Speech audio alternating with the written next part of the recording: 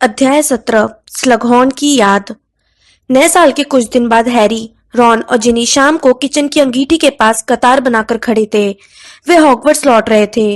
विद्यार्थियों को जल्दी और सुरक्षित पहुंचाने के लिए मंत्रालय ने छू नेटवर्क के इस एकांगी मार्ग की अनुमति दे दी थी। सिर्फ मिसेस वीजली ही वहां गुड बाय कहने के लिए थी, क्योंकि mister Weasley, Fred, George, Bill और फ्लर काम पर गए थे। मिसेस वीजली विदा करते समय आंसुओं में डूब गई थीं। आजकल वे बहुत जल्दी रोने लग जाती थीं। जब से पर्सी क्रिसमस वाले दिन से धड़धड़ाता हुआ गया था, तभी से वे रोने की आदी हो चुकी थी। घर से बाहर जाते समय पर्सी के चश्मे पर कुचली हुई जड़ लगी थी। इसके लिए फ्रेड, जॉर्ज और जिनी ने श्रेय लेने का दावा पेश किया था। रो मत मम्मी, जिनी ने उनकी पीठ थपथपाते हुए कहा, जब मिसेस वीजली उसके कंधे पर सिर रखकर रोने लगी। सब ठीक हो जाएगा। हाँ, हमारे बारे में चिंता मत करना, रॉन ने कहा और अपनी माँ को अपने गाल पर एक बहुत गीला चुम्बन लेने दिया। यह पर्सी के बारे में, वो बहुत बड़ा मूर्ख है। उसके जाने से वास्तव में कोई नुकसान नहीं हुआ है। मिसेस वीजली और जमकर रोने लगी जब उन्होंने हैरी को अपनी बाहों में लिया। मुझसे वादा करो, तुम अपना ध्यान रखोगे, मुश्किल से बचोगे। मैं हमेशा कोशिश करता हूँ मिसेस वीजली, हैरी ने कहा। आप तो मुझे जानती ही है, मैं शांत जिंदगी पसंद करता हूँ। वे आंसुओं के बीच हंसी और पीछे हटकर खड़ी हो गईं। सभी लोग अच्छी तरह रहना, हैरी पन्ने जैसी हरे लपटों में दाखिल होकर चिल्लाया। हॉगवर्ट्स। जब लपटों ने उसे अपने आगोश में समेट लिया तो उसने वीजली परिवार के किचन का आखिरी दृश्य देखा, जिसमें मिसेस वीजली का आंसू भरा चेहरा शामिल था। हैरी बहुत तेजी से घूम रहा था। उसे कई जादूगर कमरों की धुंधली झलक दिखी, जिन्हें ठीक से देख पाने से पहले ही वे ओझल हो गए। फिर उसकी रफ्तार धीमी हो गई और आखिरकार वो प्रोफेसर मैगोनिकल के ऑफिस की अंगीठी में पहुंच गया। जब वो अंगीठी से बाहर निकला तो उन्होंने अपने काम के बीच नजर उठाकर उसकी तरफ देखा। इवनिंग पॉटर, कोशिश करना कि कारपेट पर ज्यादा राख न गिरे। जी प्रोफेसर, हैरी ने अपना चश्मा और बाल ठीक किए। तब तक रॉन भी घूमता हुआ आ गया था। जिनी के आ जाने के बाद वे तीनों एक साथ मैगोनिकल के ऑफिस से निकलकर गरुड़दार टावर की तरफ चल दिए। हैरी ने चलते चलते गलियारे की खिड़कियों से बाहर देखा। मैदान के पार सूरज डूब रहा था। यहाँ बर्फ रॉन के घर के बगीचे से ज्यादा गहरी थी। दूरी पर उसे दिखाई दिया कि हैग्रिड अपने केबिन के सामने बग्बी को कुछ खिला रहा था। बधाइयां, मोटी औरत के पास पहुंचने पर रॉन ने आत्मविश्वास से कहा, जिसका चेहरा आज हमेशा से ज्यादा पीला दिख रहा था। रॉन की तेज आवाज पर उसने मुंह बना लिया। नहीं। नहीं का क्या मतलब? पासवर्ड बदल चुका है, उसने कहा, और मेहरबानी करके चिल्लाना मत। लेकिन हम तो बाहर थे, हमें कैसे पता चलेगा? हैरी, जिनी, हरमाइनी भागती हुई उनकी तरफ आ रही थी। उसका चेहरा बहुत गुलाबी था और वह एक चोगा, हैट तथा ग्लव्स पहने हुई थी। मैं अभी 2 घंटे पहले आई हूँ। मैं तो बस हैग्रिड और बक, मेरा मतलब है विदरविंग से मिलने गई थी, उसने हाफते हुए कहा।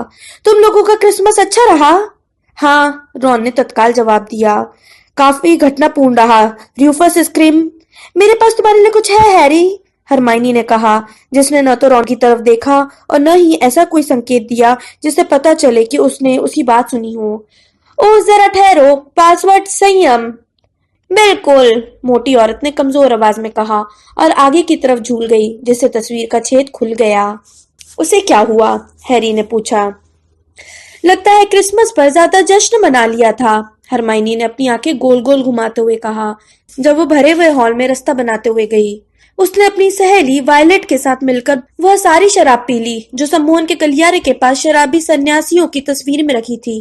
खैर, उसने अपनी जेब एक पल के लिए टटोली, फिर एक चंपत्र खींचकर निकाला जिस पर डंबलडोर की लिखाई थी। बहुत बढ़िया, हैरी ने उसे खोला और उसे तत्काल पता चल गया कि डंबलडोर के साथ उसकी अगली क्लास अगली रात को है। मेरे पास उन्हें बताने के लिए बहुत सारी बातें हैं, और तुम्हें भी। चलो चलकर कहीं बैठते हैं। लेकिन उसी पल वान वान की जोरदार चीख सुनाई दी और लेवेंडर ब्राउन न जाने कहां से धड़धड़ाती हुई आई और रॉन की बाहों में समा गई। कई देखने वाले खिलखिलाए। हरमाइनी हंसते हुए बोली, यहाँ पर एक टेबल है, आ रही हो जिनी? जिनी बोली, नहीं धन्यवाद, मैंने डीन से मिलने का वादा किया था। हैरी का ध्यान इस तरफ गया कि जिनी बहुत उत्साहित नहीं लग रही थी। रॉन और लेवेंडर को देखकर लग रहा था जैसे वे खड़े खड़े कुश्ती लड़ रहे हों। उन्हें छोड़कर हैरी हरमाइनी को खाली टेबल की तरफ ले गया। तो तुम्हारा क्रिसमस कैसा रहा? ओ अच्छा था, उसने कंधे उचकाए। कुछ खास नहीं। वॉन वॉन के यहाँ कैसा था? मैं तुम्हें 1 मिनट में बताता हूँ, हैरी ने कहा। देखो हरमाइनी, क्या तुम उसे माफ? नहीं, मैं नहीं कर सकती, उसने सपाट अंदाज में कहा। इसलिए पूछना भी मत। मैं सोच रहा था कि शायद क्रिसमस के कारण। हैरी, 500 साल पुरानी ये शराब का ड्रम मोटी औरत ने खाली किया है, मैंने नहीं। अच्छा, तो ये महत्वपूर्ण बात कौन सी थी जो तुम मुझे बताना चाहते थे? वह इस समय इतनी खूंखार दिख रही थी, उससे बहस करना ठीक नहीं था। इसलिए हैरी ने रॉन का विषय छोड़ दिया और उसे बताया कि उसने मेलफॉय और स्नेप के बीच हुई क्या क्या बातें सुनी थी।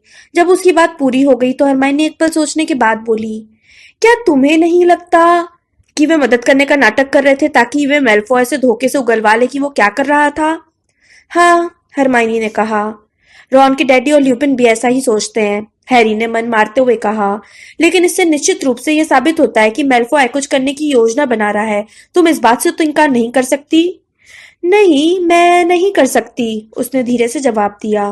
और वो वोल्डेमॉर्ट के आदेशों पर काम कर रहा है, जैसा मैंने पहले कहा था। क्या उनमें से किसी ने दरअसल वोल्डेमॉर्ट का नाम लिया था? हैरी ने त्योरियां चढ़ाई और याद करने की कोशिश करने लगा। मुझे नहीं लगता, स्नेप ने जरूर तुम्हारा मास्टर कहा था, और वो वोल्डेमॉर्ट के अलावा और कौन हो सकता है? क्या पता, हरमाइनी ने अपने होंठ काटते हुए कहा।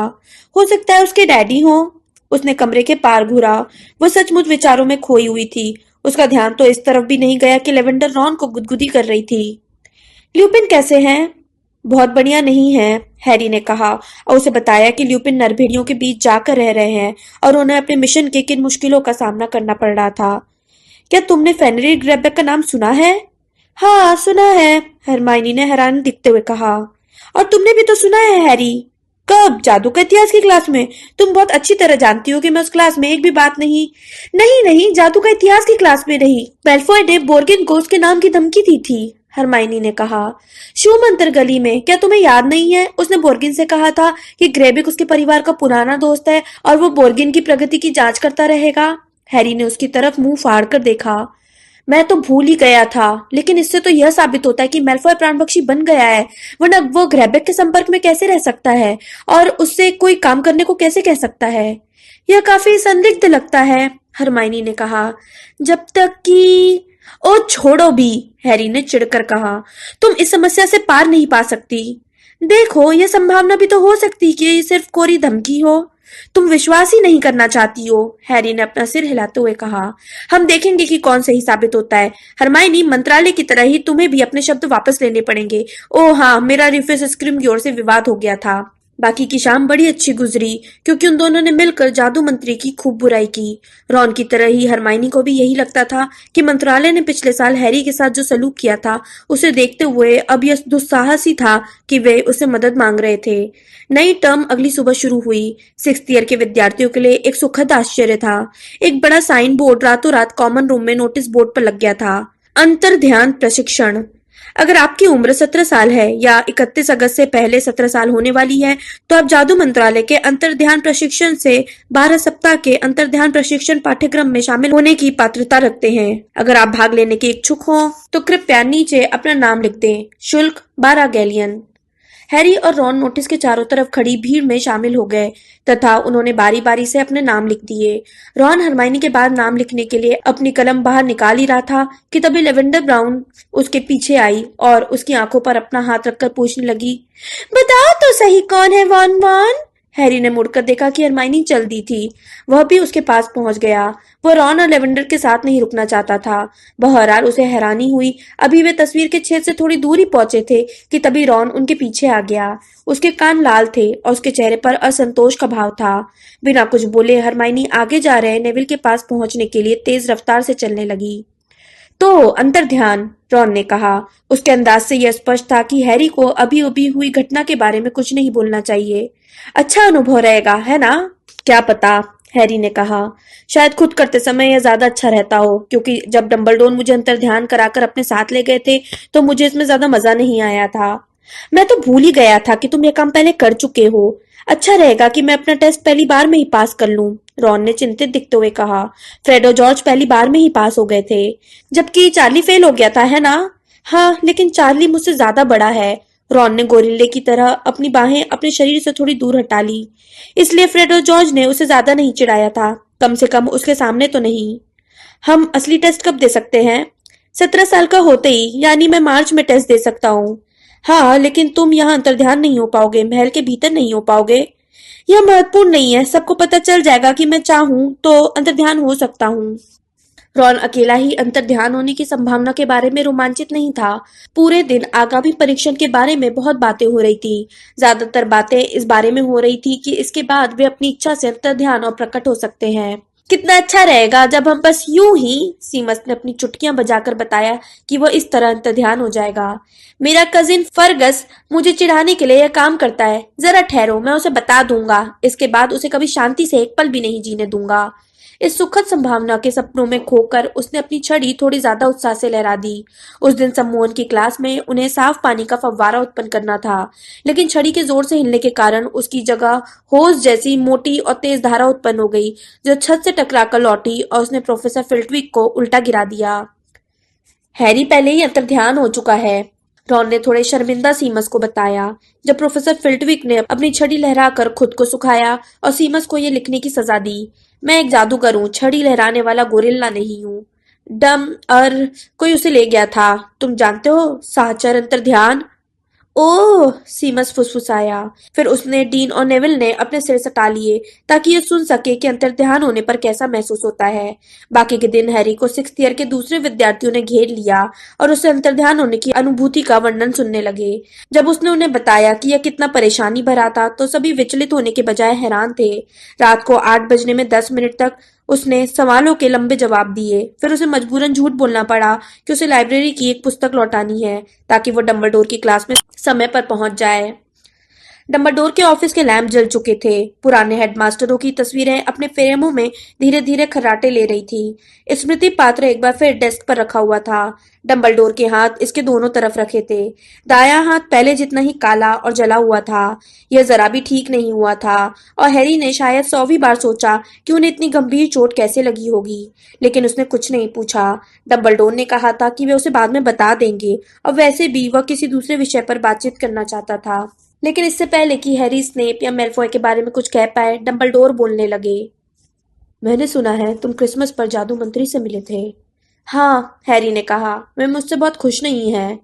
अच्छा, डंबलडोर ने आ भरी। वे मुझसे भी बहुत खुश नहीं है हैरी। हमें इस बात पे ज्यादा दुखी होने के बजाय जूझते रहना चाहिए। हैरी मुस्कुराया।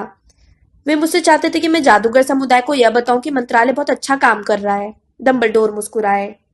तुम जानते हो, यह विचार दरअसल फज के दिमाग में आया था जब वे अपने पद से चिपके रहने की हताशा भरी कोशिश कर रहे थे। तो अंतिम कुछ दिनों में उन्होंने पूरी कोशिश की थी कि वे तुमसे मिलकर तुम्हारा समर्थन हासिल कर लें। फज ने पिछले साल मेरे साथ जो किया था, इसके बाद भी, हैरी ने गुस्से से कहा। अम्बरिज के बाद भी? मैंने कॉर्नेलियस को बता दिया था कि इसकी कोई संभावना नहीं है, लेकिन उनके ऑफिस छोड़ने के बाद भी यह विचार खत्म नहीं हुआ। स्क्रीमग्योर की नियुक्ति के कुछ घंटे के भीतर ही उन्होंने मुझसे मुलाकात की और कहा कि मैं तुम्हारे साथ उनकी मुलाकात करवा दूं। तो इसलिए आप में बहस हुई थी? हैरी के मुंह से निकल पड़ा। यह दैनिक जादूगर में छपा था। दैनिक जादूगर में कभी कभार सच्चाई छप जाती है, डंबलडोर ने कहा। कभी कभार। हाँ, इसलिए हमें बहस हुई थी। ऐसा लगता है कि र्यूफस ने आखिरकार तुमसे मिलने का तरीका खोज ही लिया। उन्होंने मुझ पर आरोप लगाया कि मैं डंबलडोर का पक्का शागिर्द हूँ। कितना गलत किया। मैंने उनसे कह दिया कि मैं हूँ। डंबलडोर ने बोलने के लिए अपना मुंह खोला और फिर दोबारा बंद कर लिया। हैरी के पीछे ज्वाला नाम के माया पंछी ने एक हल्की संगीतमय आवाज निकाली। हैरी को बहुत संकोच हुआ जब उसे अचानक यह एहसास हुआ कि डंबलडोर की चमकीली नीली आंखों में थोड़ा पानी दिख रहा था। वह जल्दी से अपने घुटनों की तरफ देखने लगा। बहरहाल जब डंबलडोर बोले तो उनकी आवाज बिल्कुल स्थिर थी। मुझे यह सुनकर बहुत खुशी हुई हैरी। स्क्रीम की ओर जानना चाहते थे कि आप हॉगवर्ट्स में नहीं रहते हैं तो आप कहाँ जाते हैं, हैरी ने कहा, जो अब भी अपने घुटनों को देख रहा था। हाँ, वे जानने के लिए बहुत उत्सुक हैं, डंबलडोर ने कहा, जो अब खुश लग रहे थे। हैरी समझ गया कि अब ऊपर देखना सुरक्षित है। डंबलडोर ने आगे कहा, उन्होंने मेरा पीछा करवाने की भी कोशिश की थी। यह बहुत मजेदार था। उन्होंने डॉलिश को मेरे पीछे लगा दिया था। यह अच्छी बात नहीं थी। मैं एक बार पहले भी डॉलिश पर मंत्र पढ़ने के लिए विवश हो चुका था। मैंने गहरे अफसोस के साथ यह काम दोबारा कर दिया। हैरी ने पूछा, तो उन्हें अब भी नहीं मालूम कि आप कहाँ जाते हैं? वह इस रहस्यमय विषय पर ज्यादा जानकारी पाना चाहता था, लेकिन डंबलडोर अपने आधे चांद के आकार के चश्मे के ऊपर से सिर्फ मुस्कुरा दिए। नहीं, वे नहीं जानते हैं और अभी तुम्हारे जानने का भी सही समय नहीं आया है। अब मैं सुझाव देता हूँ कि हम आगे चलें जब तक कि कोई और महत्वपूर्ण बात। एक और बात है सर, हैरी ने कहा। मेलफॉय और स्नेप के बारे में। Professor Snape. हैरी। हाँ सर, मैंने प्रोफेसर स्लगहॉर्न की पार्टी के दौरान उनकी बातें सुनी थी। दरअसल मैंने उनका पीछा किया था। डंबलडोर ने भावहीन चेहरे के साथ हैरी की कहानी सुनी। जब हैरी की बात पूरी हो गई तो वे कुछ पल तक खामोश रहे। इसके बाद उन्होंने कहा, मुझे ये सब बताने के लिए धन्यवाद हैरी, लेकिन मैं सुझाव देता हूँ कि तुम इस बात को अपने दिमाग से निकाल दो। मुझे नहीं लगता कि यह बहुत महत्वपूर्ण बात है। बहुत महत्वपूर्ण नहीं है? हैरी ने अविश्वास से कहा। प्रोफेसर, क्या आप समझते हैं? हाँ हैरी, मेरी मानसिक शक्ति असाधारण है। मैं तुम्हारी बताई हर बात समझ गया हूँ, डंबलडोर ने थोड़ी तीखी आवाज में कहा। तुम यह भी सोच सकते हो कि मैं तुमसे ज्यादा समझ गया हूँ। एक बार फिर मुझे खुशी है कि तुमने मुझ में अपना विश्वास दर्शाया, लेकिन मैं तुम्हें दोबारा आश्वस्त करना चाहता हूँ कि तुमने ऐसा कुछ नहीं बताया जिससे मुझे परेशानी हुई हो। हैरी खामोशी से बैठकर डंबलडोर को घूरता रहा। क्या हो रहा था? क्या इसका मतलब यह था कि डंबलडोर ने ही स्नेप को यह पता लगाने का आदेश दिया था कि मैलफॉय क्या कर रहा है? अगर ऐसा था तो इसने पहले ही वो सब बता चुके होंगे जो हैरी ने अभी बताया था, या फिर वे इन बातों से सचमुच चिंतित थे लेकिन उसके सामने बेफिक्री का नाटक कर रहे थे। तो सर, हैरी ने अपनी आवाज को विनम्र और शांत रखने की कोशिश करते हुए कहा, आप अब भी उन पर यकीन करते हैं? मैं इस सवाल का जवाब देने की सहिष्णुता पहले भी दिखा चुका हूँ, डंबलडोर ने कहा, लेकिन उनकी आवाज अब ज्यादा सहिष्णुतापूर्ण नहीं लग रही थी। मेरा जवाब अब भी नहीं बदला है। बदलना भी नहीं चाहिए, एक व्यंग्यात्मक आवाज आई। यह साफ था कि फीनिस नाइजेलस सो नहीं रहा था, बल्कि सोने का नाटक कर रहा था। डंबलडोर ने उनकी बात अनसुनी कर दी। और अब हैरी, मैं इस बात पर जोर दूंगा कि हम आगे बढ़ें। मेरे पास आज शाम को तुम्हारे साथ विचार विमर्श करने के लिए ज्यादा महत्वपूर्ण बातें हैं। हैरी विद्रोही महसूस करते हुए बैठ गया।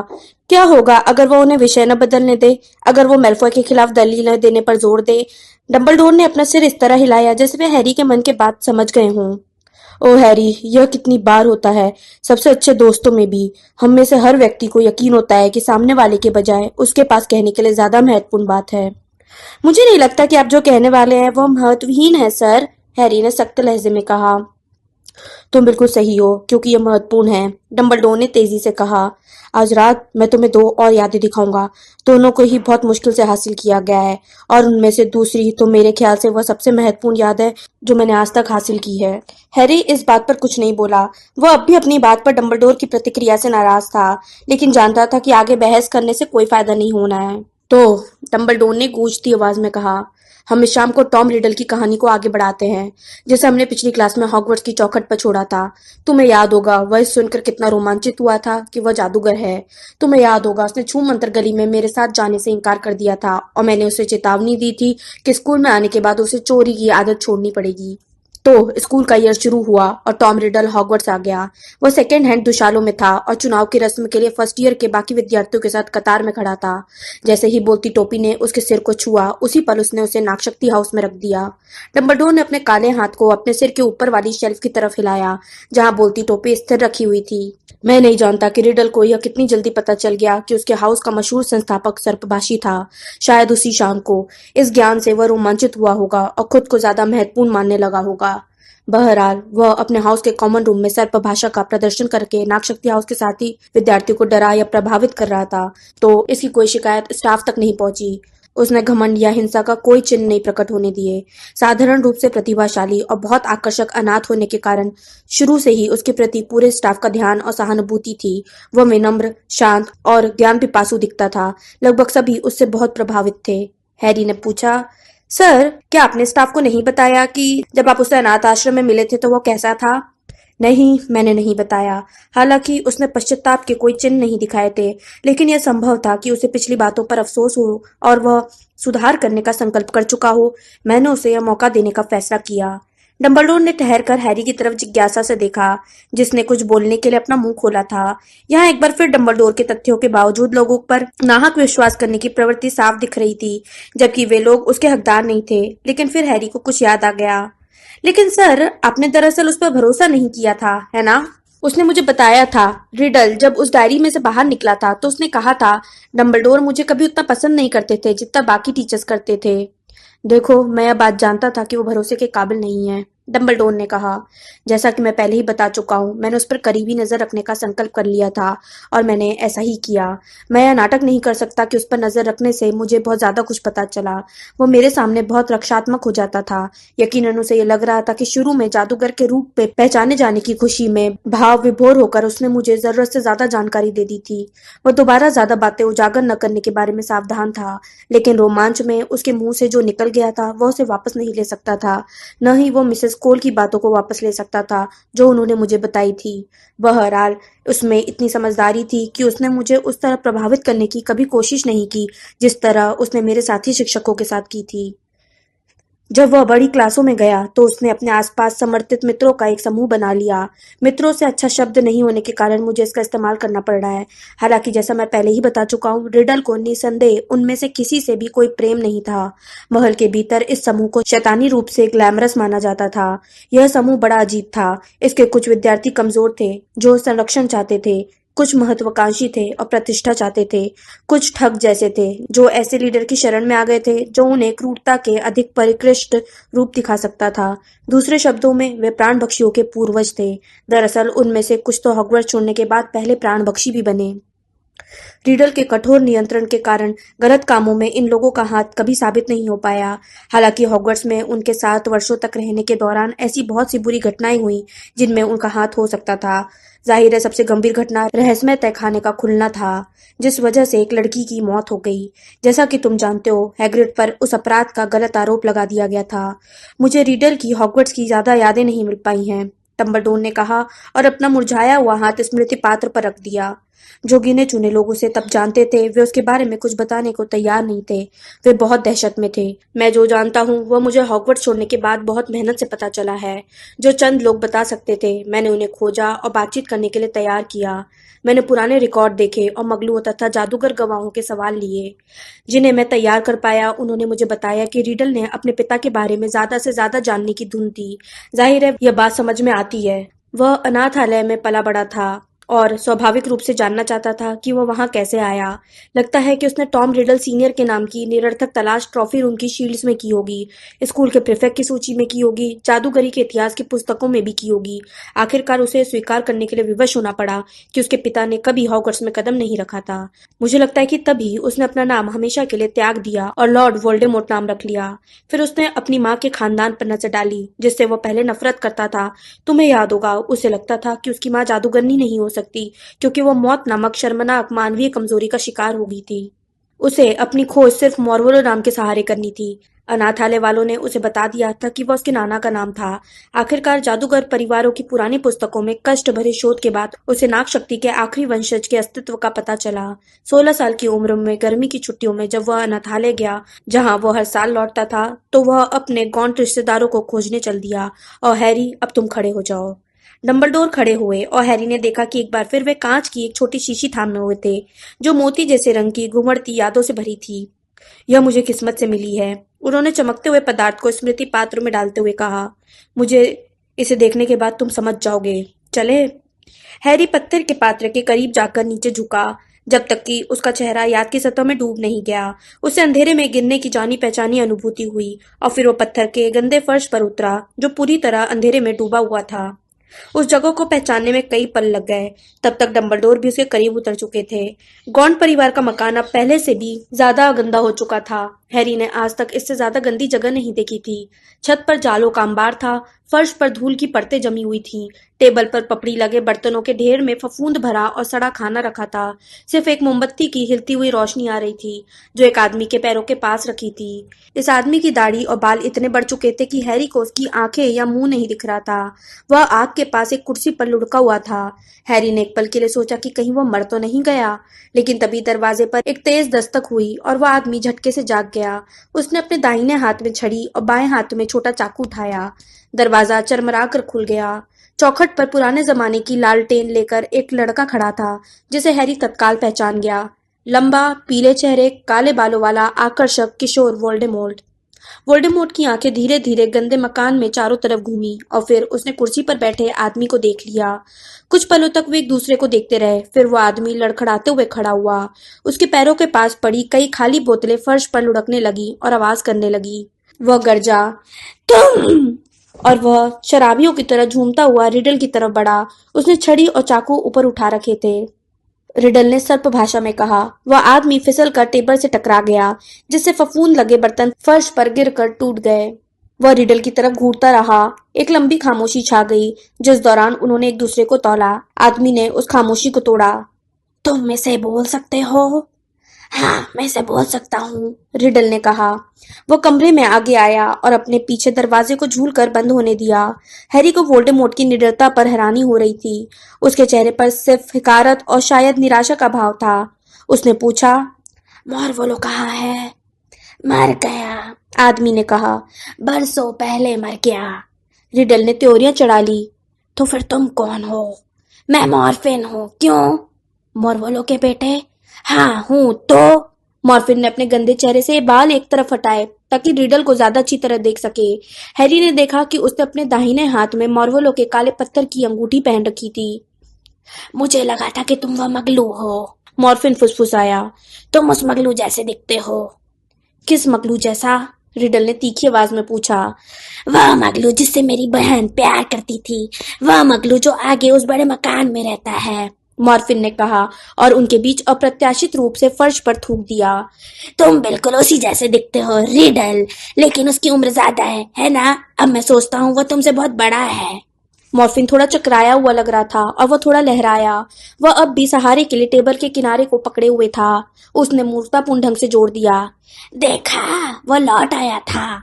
वोल्डेमॉर्ट मॉर्फिन को घूर रहा था, जैसे संभावनाओं को तौल रहा हो। अब वह थोड़ा ज्यादा करीब आया और बोला, रिडल वापस लौट आया? हाँ, उसने मेरी बहन को छोड़ दिया और उसके साथ यही होना चाहिए था। उसने उस घटिया मगलू से शादी जो की थी, मॉर्फिन ने एक बार फिर फर्श पर थूकते हुए कहा।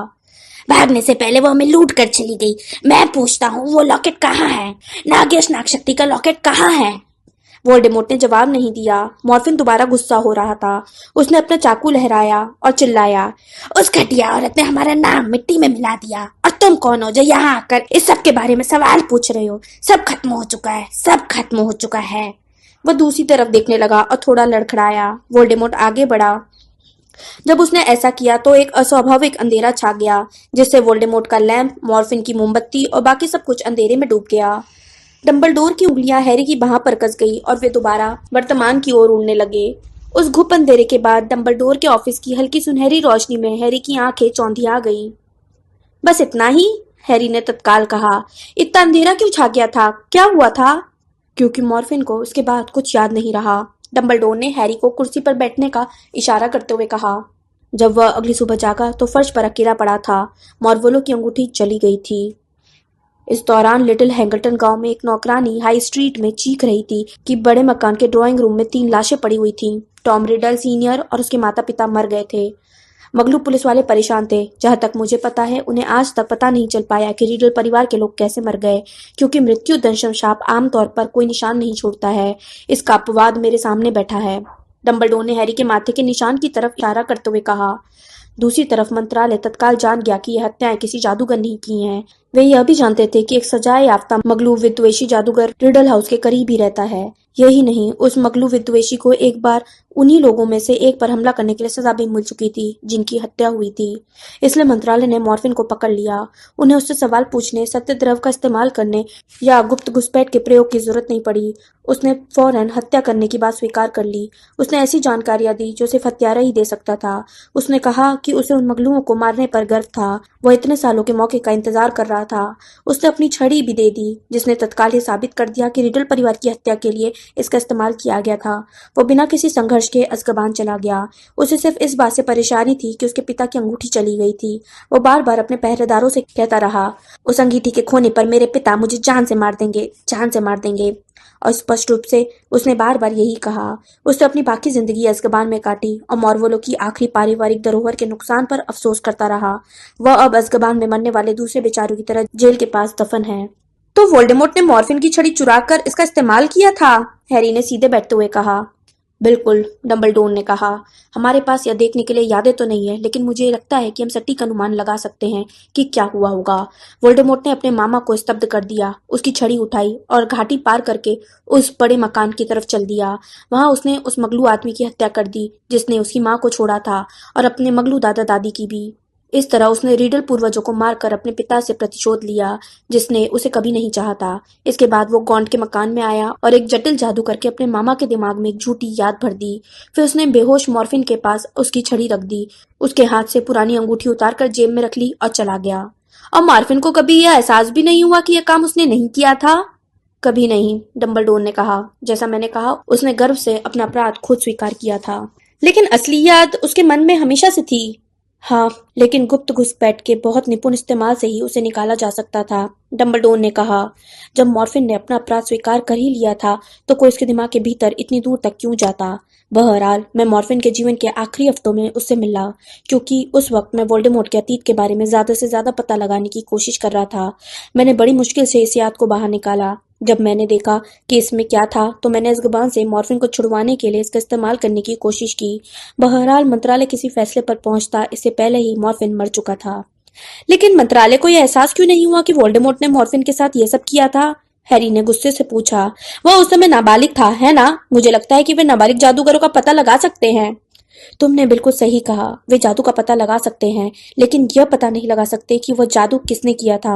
तुम्हें याद होगा, मंत्रालय ने तुम पर वायु विचरण मंत्र का इस्तेमाल करने का आरोप लगाया था, जबकि दरअसल वह काम डॉबी ने किया था। हैरी गुर्राया, और वह अन्याय अब भी उसे परेशान कर रहा था। तो अगर कोई नाबालिग जादूगर किसी वयस्क या जादूगरनी के मकान के भीतर जादू कर दे, तो मंत्रालय को पता नहीं चलेगा? मंत्रालय को निश्चित रूप से यह पता नहीं चलेगा कि जादू किसने किया है। डंबलडोर ने हैरी के चेहरे पर गुस्से के भाव देखकर हल्के से मुस्कुराते हुए कहा। वे घर के भीतर माता पिता पर निर्भर करते हैं कि वे अपने बच्चों पर नियंत्रण रखेंगे। क्या बकवास है, हैरी ने तुनक कर कहा। देखिए यहाँ क्या हुआ, देखिए मॉर्फिन के साथ क्या हुआ। मैं मानता हूँ, डंबलडोर ने कहा। मॉर्फिन चाहे जैसा भी था, वह उस तरीके की मौत का हकदार नहीं था जो उसे मिली। उसे उन हत्याओं के लिए दोष दिया गया जो उसने की ही नहीं थी। लेकिन अब देर हो रही है, और विदा लेने से पहले मैं चाहता हूँ कि यह दूसरी याद भी देख लो। डंबलडोर ने अंदर की जेब से कांच की एक और छोटी शीशी निकाली। हैरी तत्काल खामोश हो गया। उसे याद था कि डंबलडोर ने कहा था कि यह सबसे महत्वपूर्ण याद है। हैरी का ध्यान इस तरफ गया कि शीशी के भीतर की यादों को स्मृति पात्र में खाली करने में मुश्किल आई। ऐसा लग रहा था जैसे वे थोड़ी जम गई हों। क्या यादें भी जम सकती हैं? इसमें ज्यादा समय नहीं लगेगा, डंबलडोर ने कहा, जब उन्होंने आखिरकार पूरी शीशी खाली कर दी। तुम्हें पता चलेगा इससे पहले ही हम लौट आएंगे। एक बार फिर स्मृति पात्र में चलते हैं। और हैरी एक बार फिर चांदी जैसी सतह में गिर गया। इस बार वह एक ऐसे आदमी के सामने उतरा जिसे वह तत्काल पहचान गया। वे ज्यादा युवा होरेस स्लगहॉर्न थे। हैरी उन्हें गंजा देखने का इतना आदी हो चुका था कि उसे मोटे, चमकदार, भूसे के रंग के बालों वाले स्लगहॉर्न को देखकर काफी अजीब लगा। ऐसा लग रहा था जैसे उन्होंने अपने सिर पर विग लगा रखी हो। हालांकि उनके सिर के ऊपरी हिस्से पर गैलियन के आकार की चमकती चांद थी। उनकी मूंछ वर्तमान की तुलना में छोटी थी। वे उतने मोटे तो नहीं थे जितने कि आजकल थे, लेकिन उनके कढ़े हुए वेस्टकोट के सुनहरे बटनों पर काफी दबाव पड़ रहा था। उनके छोटे पैर मखमल के कुशन पर आराम कर रहे थे। वे एक आरामदेह कुर्सी पर टिक कर बैठे थे। उनके एक हाथ में शराब का छोटा गिलास था और दूसरे हाथ पाइनएप्पल टॉफियों के बॉक्स में कुछ खोज रहा था। हैरी जब इधर उधर देख रहा था, तभी डंबलडोर उसके पास आ गए। उसने देखा कि वे स्लगहॉर्न के ऑफिस में खड़े थे। आधा दर्जन लड़के स्लगहॉर्न के आसपास बैठे थे। वे सभी किशोर स्लगहॉर्न की कुर्सी से ज्यादा सख्त या नीचे वाली कुर्सियों पर बैठे थे। हैरी रिडल को तत्काल पहचान गया। उसका चेहरा सबसे आकर्षक था और वह लड़कों में सबसे सहज था। उसका दाहिना हाथ कुर्सी के हत्थे पर लापरवाही से रखा हुआ था। एक झटके के साथ हैरी ने देखा कि वह मार्वोलो की सुनहरी और काली अंगूठी पहने हुए था। इसका मतलब यह था कि वो अपने पिता को मार चुका था।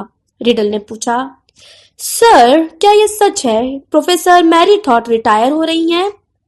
टॉम, अगर मैं जानता तो भी तुम्हें नहीं बताता, स्लगहॉर्न ने कहा और अपनी शक्ल लिपटी उंगली रिडल की तरफ दिखाई। हालांकि उन्होंने आंख मारकर यह जता दिया कि उन्होंने बुरा नहीं माना है।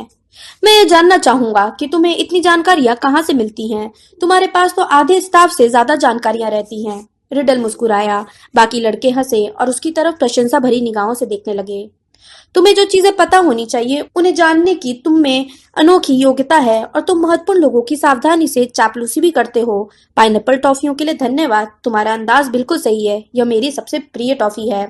जब कई लड़के दोबारा खिलखिलाने लगे तो अचानक एक बहुत अजीब चीज हुई। पूरे कमरे में अचानक घना सफेद कोहरा भर गया, जिससे हैरी अपने पास खड़े डंबलडोर के चेहरे के सिवाय कुछ नहीं देख पाया। फिर धुंध में स्लगहॉर्न की अस्वाभाविक रूप से तेज आवाज गूंजी। तुम बहुत गलत रास्ते पर जा रहे हो लड़के, मेरी बात याद रखना। कोहरा उतनी ही तेजी से साफ हो गया जितनी तेजी से यह प्रकट हुआ था। बहरहाल किसी ने भी ऐसा प्रकट नहीं किया जैसे कोई अस्वाभाविक बात हुई हो। चकराते हुए हैरी ने देखा कि स्लगहॉर्न की डेस्क पर रखी छोटी सुनहरी घड़ी ने 11 घंटे बजाए। हे भगवान, इतना समय हो गया, स्लगहॉर्न ने कहा। लड़कों, अब तुम्हें चल देना चाहिए वरना तुम सभी मुश्किल में पड़ जाओगे। लेस्ट्रेंज, मुझे कल तक तुम्हारा निबंध चाहिए वरना सजा मिलेगी, और एवरी, तुम्हारे साथ भी यही होगा। लड़कों के एक एक करके बाहर निकलते समय स्लगहॉर्न कुर्सी से उठे और अपना खाली गिलास लेकर डेस्क तक गए। बहरहाल रिडल पीछे ही रुका रहा।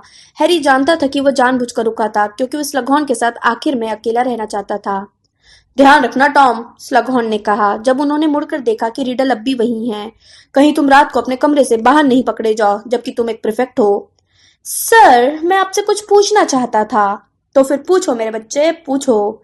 सर, मैं जानना चाहता था कि क्या आप हॉर्क्रक्स के बारे में कुछ जानते हैं? और यह एक बार फिर हो गया। घरा कोरा कमरे में इतना ज्यादा भर गया कि हैरी स्लगहॉर्न या रिडल को बिल्कुल भी देख नहीं पाया। सिर्फ डंबलडोर ही दिख रहे थे जो उसके पास हल्के से मुस्कुरा रहे थे। फिर स्लगहॉर्न की आवाज एक बार फिर उसी तरह गूंजी जिस तरह यह पहले गूंजी थी। मैं हॉर्क्रक्स के बारे में कुछ नहीं जानता हूँ, और अगर मैं जानता भी होता तो तुम्हें नहीं बताता। अब यहाँ से तत्काल चले जाओ और दोबारा मेरे सामने इस चीज का जिक्र मत करना। तो बात यहीं पर खत्म होती है। डंबलडोर ने हैरी के पास से कहा, चलने का समय हो गया, और हैरी के पैर फर्श से उठ गए। कुछ ही पल बाद उसके पैर डंबलडोर की डेस्क के सामने के कालीन पर आ गए। हैरी ने सूनेपन से कहा, क्या इतना ही था? डंबलडोर ने कहा था कि यह सबसे महत्वपूर्ण याद थी, लेकिन उसे समझ में नहीं आ रहा था कि यह महत्वपूर्ण क्यों थी। निश्चित रूप से यह अजीब तो था कि अचानक कोहरा छा रहा था और कोहरे की तरफ किसी का भी ध्यान नहीं जा रहा था, लेकिन इसके अलावा और कुछ नहीं हुआ था। रिडल ने सिर्फ एक सवाल पूछा था जिसका जवाब उसे नहीं मिला था। डंबलडोर ने अपनी डेस्क के पीछे बैठते हुए कहा, जैसा तुमने ध्यान दिया होगा उस याद के साथ छेड़छाड़ की गई है। छेड़छाड़? हैरी ने दोहराया और वह भी बैठ गया। निश्चित रूप से, डंबलडोर ने कहा, प्रोफेसर स्लगहॉर्न ने अपनी ही याद के साथ छेड़छाड़ की है। लेकिन वे ऐसा क्यों करेंगे? क्योंकि मुझे लगता है कि वे अपनी इस याद पर शर्मिंदा हैं, डंबलडोर ने कहा। उन्होंने अपनी याद को दुरुस्त करने की कोशिश की है ताकि वे बेहतर रोशनी में दिख सकें, और उन्होंने उन हिस्सों को ढक दिया है जो वे मुझे नहीं दिखाना चाहते थे। जैसा तुमने देखा होगा, यह बहुत ही सतही तरीके से किया गया है, और यह अच्छा ही हुआ क्योंकि इसे पता चलता है कि सच्ची याद अब भी इन परिवर्तनों के नीचे मौजूद है। और इसलिए हैरी, मैं तुम्हें पहली बार होमवर्क दे रहा हूँ। तुम्हारा काम यह है कि तुम प्रोफेसर स्लगहॉर्न को असली याद देने के लिए राजी कर लो, क्योंकि वह हमारे लिए सबसे महत्वपूर्ण जानकारी होगी। हैरी ने उनकी तरफ घूरा। निश्चित रूप से सर, उसने अपनी आवाज को सम्मानजनक बनाने की पूरी कोशिश करते हुए कहा। लेकिन आपको मेरी जरूरत क्यों है? आप गुप्त घुसपैठ का इस्तेमाल कर सकते हैं या सत्य द्रव का। प्रोफेसर स्लगहॉर्न एक बहुत ही काबिल जादूगर हैं जिन्हें मुझसे इन दोनों चीजों की उम्मीद होगी, डंबलडोर ने कहा। वे गुप्त विद्या में मॉर्फिनगॉन से ज्यादा कुशल हैं। मैंने उन पर दबाव डालकर उनसे याद निकलवा ली थी। मुझे लगता है कि इसके बाद तो वे अपने साथ सत्य द्रव का तोड़ भी रखते होंगे। नहीं, दबाव डालकर प्रोफेसर स्लगहॉर्न से सच्चाई निकलवाने की कोशिश मूर्खतापूर्ण होगी। यह भलाई के बजाय नुकसान ज्यादा कर सकती है। मैं नहीं चाहता कि वे हॉगवर्ट्स छोड़कर चले जाएं। बहरहाल हम सबकी तरह उनकी भी कमजोरियां हैं, और मेरा मानना है कि तुम ही एकमात्र व्यक्ति हो जो उनके रक्षात्मक कवच को भेद सकते हो। हैरी, सच्ची याद को हासिल करना बहुत महत्वपूर्ण है। कितना महत्वपूर्ण है यह हम उसे देखने के बाद ही जान पाएंगे। तो गुड लक और गुड नाइट। अचानक क्लास खत्म होने पर हैरान हैरी जल्दी से खड़ा हो गया। Good night sir. जब उसने अपने पीछे दरवाजा बंद किया तो उसे फिनिस नाइजेलस की आवाज सुनाई दी। मैं ये नहीं समझ पा रहा हूँ कि ये लड़का आपसे ज्यादा सफल कैसे हो सकता है, डंबलडोर। डंबलडोर ने जवाब दिया, मुझे उम्मीद भी नहीं है कि आप समझ पाएंगे, फिनिस। ज्वाला ने एक और धीमी संगीतमय आवाज निकाली।